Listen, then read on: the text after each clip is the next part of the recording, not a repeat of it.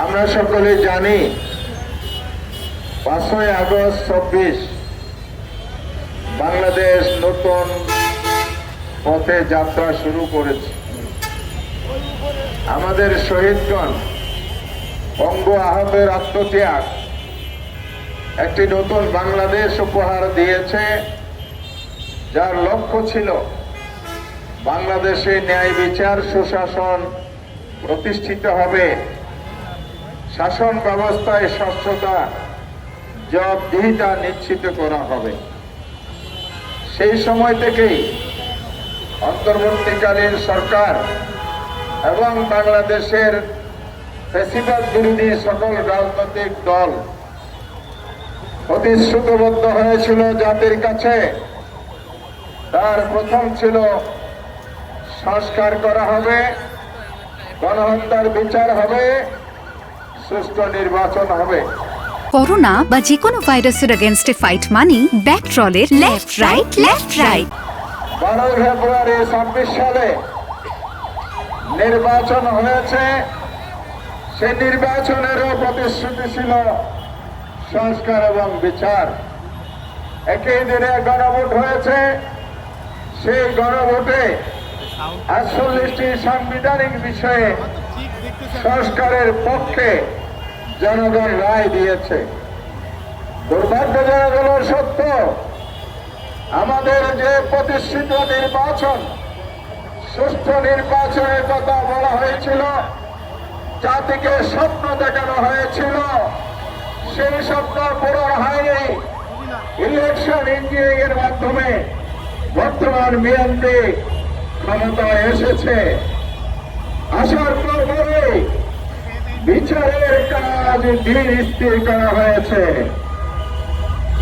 অন্তর্বর্তীকালীন সরকারের নিয়োগপ্রাপ্ত চিফ প্রসিকিউটর যেভাবে সাহসিকতার সাথে বিচার কার্যক্রম পরিচালনা করছিলেন, বিচার কাজে একটা অগ্রগতি হয়েছিল, সেটাকে ওনারা থামিয়ে দিয়েছেন অনেকটা ধীর গতিতে সবাইকে মন করে বিচারহীনতার সংস্কৃতির দিকে আপার যাত্রা শুরু করেছে।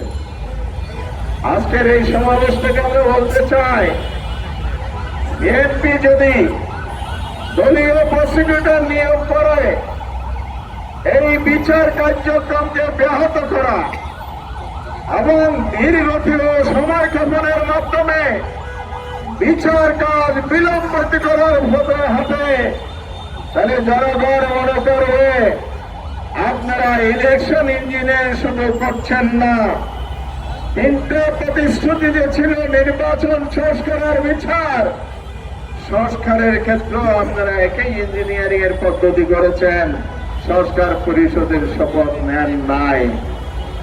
আর যদি দলীয় প্রসিকিউটর দিয়ে বিচার কার্যকে ব্যাহত করতে চান, এখানেও যদি কোনো অশুভ পরিকল্পনা থাকে, এর পরিণতি শুভ হবে না।